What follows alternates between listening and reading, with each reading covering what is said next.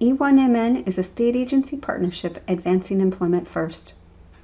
E1MN includes the Minnesota Department of Human Services, the Minnesota Department of Education, and the Minnesota Department of Employment and Economic Development, working together to deliver a more seamless and timely employment support system. Engage. Responsibilities for All, September 2021. Within the Engage Plan, Find, Keep framework, the Engage phase addresses how to help a person make informed choices about competitive integrated employment. A person in the Engage phase may not know work is an option. They may have concerns that have stopped them from exploring work in the community, or maybe they've never experienced working in the community at all. Whatever the situation, Engage phase supports can help the person get the information and experiences they need to make an informed choice about employment. If a person already knows they want to work, they would be in the Plan or Find phase, not in the Engage phase. Many people play a role in supporting someone on waiver services with employment. As a result, a collaborative team approach is critical for success.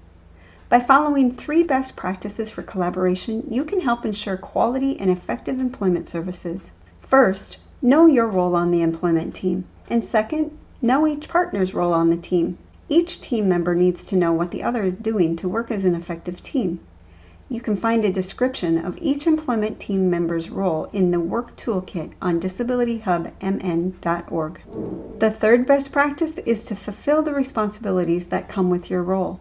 This training is designed to help you do that by clarifying your responsibilities and the responsibilities of other roles during the Engage phase. You can see a complete description of the responsibilities for all phases in the Work Toolkit on disabilityhubmn.org. During the Engage phase, the following roles work together: the person, the family, guardian, and advocates, the waiver case manager, and the employment service provider. Min Choices assessors also have a role in this phase, since they help a person determine if they're eligible for a waiver and make decisions about the supports and services they need. In this training, we are talking about people who are out of school. A young person who is in school would also have special education on their team. Training will be available in the future for the roles that support youth in school or transition.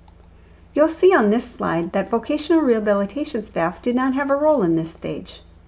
That's because people do not access VR services until after they've decided that they want to work. Let's begin looking at the responsibilities of each role in the Engage phase, starting with the person. In the Engage phase, the person is learning about competitive integrated employment. They're getting information about the risks and benefits, information that addresses their concerns, and participating in person-centered activities to help them make an informed choice about work. During this phase, the person is responsible for communicating, in whatever method they prefer, where they're at with employment, including whether they've thought about working, what experiences they've had, and what concerns they have. The person is also responsible for choosing the type of services to receive and who they want providing them support during this phase. Once supports are in place, the person needs to take time to participate in Engage phase services, since those supports through the waiver are limited to 12 months. After participating in Engage phase services and using the support of their employment team, the person will make an informed choice about competitive integrated employment. Lastly, the person is responsible for communicating with team members. To make communication across their team easier, the person can create a MyVault account to store and securely share documents with their employment team. For more information on MyVault, go to disabilityhubmn.org. If the person chooses not to create a MyVault account, they can work with their employment team to find a different way to share information. Family members, guardians, and advocates are responsible for being a champion for the person and supporting them on their employment path. During the Engage phase, the person will decide whether to choose competitive integrated employment. Family members, guardians, and advocates can help them inform this decision, but it's important to remember that the person is the one driving their plan and making the choice. For example, these close contacts may have their own interests and views about the person getting a job in the community. They may have concerns about safety, social inclusion, or changes in routines. While their perspective and input is important, the decision about work must be driven by the person. During the Engage phase, these close contacts are also essential for rallying support and planning logistics. They can help the person think through things like schedules, transportation, people they know who can help, and solutions to issues that might come up. The person may also ask family members, guardians, and advocates to participate in person-centered planning meetings so that they can provide information about the person's strengths, interests, and views about employment, and to help them make decisions. In the case of minors or people under guardianship, parents and guardians are responsible for signing off on support plans and other documents. MnChoices assessors help a person identify their needs and connect with resources to meet those needs. During the MnChoices assessment, the MnChoices assessor is responsible for identifying when employment could be a solution to a need the person shared, or when the person wants to learn more about employment. MnChoices assessors have conversations with the person to help ensure they are able to make an informed choice about employment. In those conversations, they promote the benefits of employment and embody the Employment First principles. MnChoices assessors also offer resources that help meet the person's needs related to exploring employment. To work collaboratively and as an effective team, MnChoices assessors need to keep the case manager up to speed on the outcome of the assessment and the person's interest in exploring employment. When they hear that the person has a need related to employment, they're responsible for documenting and sharing with the case manager that need, the person's interest in employment, and potential services and resources the person needs to reach their goals related to work. Waiver case managers have several important responsibilities during the engage phase. First, they connect the person with services and supports. To do that, waiver case managers have conversations with the person to help them decide if they want to learn more about competitive integrated employment. These conversations help the person understand their options in a meaningful way, knowing the risks and benefits of their choice, and knowing that they're supported in their decision. In these conversations, case managers embody Employment First principles and lay out the benefits of competitive integrated employment. The Minnesota DHS Employment First Policy website and the Informed Choice Toolkit provide important guidance for these conversations.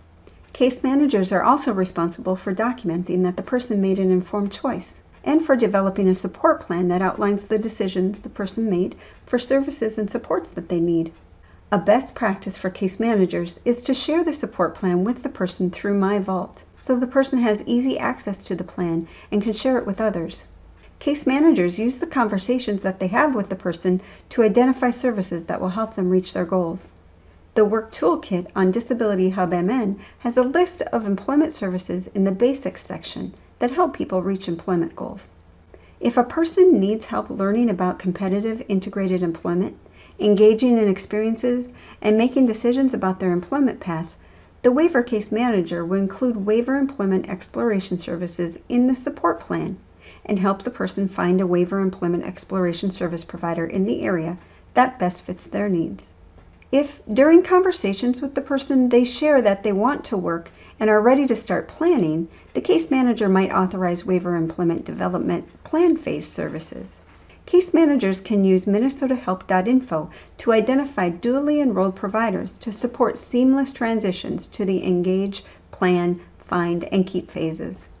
It's important to know that case managers do not provide all of the experiences, services, or supports the person needs to make an informed choice about work. Rather, they help people identify, access, and navigate services. During the engage phase, case managers also help to coordinate services. To do that, case managers consider other services or supports the person needs and how their other services will be affected when they're exploring employment. This might include coordinating residential services or transportation. When the person is getting waiver employment exploration services, case managers participate in an intake meeting with the person and the provider. And they participate in the 45-day meeting to ensure the person's needs are being met. During the engage phase, case managers are also responsible for monitoring the delivery of the waiver employment exploration service and knowing how the person is progressing toward their goals. Once the person has made a decision about employment, case managers support them in progressing toward their goals, like connecting the person with plan phase services or find phase services. In some cases, the person may decide that work is not right for them at this time. It's the case manager's responsibility to continue to have engaging conversations with the person and help them connect to the supports they need to reach their goals. Best practices for case managers during the engage phase include taking good notes during the 45-day meeting and intake meeting, knowing what is expected in the employment exploration service, and taking good notes of what's being done to help the person meet their needs and move toward their goals. These best practices help case managers ensure the person is getting the support they need and can be used to document the person made an informed choice about work. Lastly, waiver case managers need to collaborate with others who are supporting the person to work as an effective team. During the engage phase, it's particularly important for waiver case managers to collaborate closely with the employment service provider. To do that, waiver case managers help coordinate and facilitate the intake and 45-day meetings with the employment service provider, the person, and others the person may want to invite. During those meetings, they take good notes and share them with the person and the employment service provider to help ensure everyone's on the same page. If a person wants to move forward with employment exploration services, waiver case managers make sure the support plan gives clear, relevant information gathered to date. They also write a support plan that clearly states the expectations of employment exploration services. To keep everyone on the same page, a best practice for waiver case managers is to share the support plan, meeting notes, and other important information with the person using MyVault. When employment exploration services are occurring, waiver case managers ask for regular progress updates from the service provider. At the end of employment exploration services, they talk with the person and the employment service provider to decide when to move to plan or find phase services. Employment service providers have several responsibilities. They are responsible for understanding the person's needs and delivering waiver employment exploration services that help the person make an informed choice about work. Providers deliver the waiver employment exploration services according to the goals outlined in the person's support plan. The support plan guides the delivery of employment exploration services and outlines the expected outcomes of the service. With a plan in place, employment service providers help the person explore employment, get information and experiences to understand their options in a meaningful way, know the risks and rewards of their choice, and know how they're supported in making their decision. They also help the person think about what they want and don't want in their life, identify what matters to them, and what they're interested in.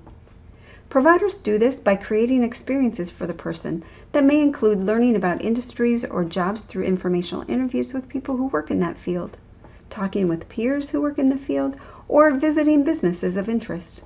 Employment exploration services may also include accessing benefits planning services, so the person understands what happens to their benefits when they work, and participating in work experiences in different environments, like job shadowing or volunteering. Employment service providers are also responsible for helping the person create their own MyVault account and adding contacts so that they can easily keep and securely share information. If a person does not want to use MyVault, they help the person identify another method for storing and sharing their personal information. Employment service providers are also responsible to document the person's activities, experiences, progress toward goals, and their informed choice about employment once they've made a decision. Employment service providers help the person use their MyVault account to do planning activities and upload important files and information so that they have access to them later and can share them securely with others on their team. Employment service providers are also responsible to key in on when the person has made an informed choice about work. They inform the waiver case manager and help the person connect with services to plan for employment, if that's what the person chooses. For some people, they may access waiver employment development plan phase services. Other people may move directly to the find phase services and begin a job search. It's important to collaborate with others who are supporting the person so everyone's on the same page. Employment service providers can effectively collaborate by following these best practices. Invite the waiver case manager to join the intake meeting and 45-day meeting with the person to ensure the person's needs are being met. Email or call the waiver case manager if services or timelines are deviating from the support plan. Keep the waiver case manager updated on progress and share learnings with both the person and the case manager. Talk with the person and waiver case manager to decide when to move to plan or find phase services. Take good notes throughout engage phase services and share them with the person and the waiver case manager to help ensure you're all on the same page. Lastly, share meeting notes and other important information with the person using MyVault. Despite our unique roles, we share the core belief that everyone can succeed in competitive work with the right supports.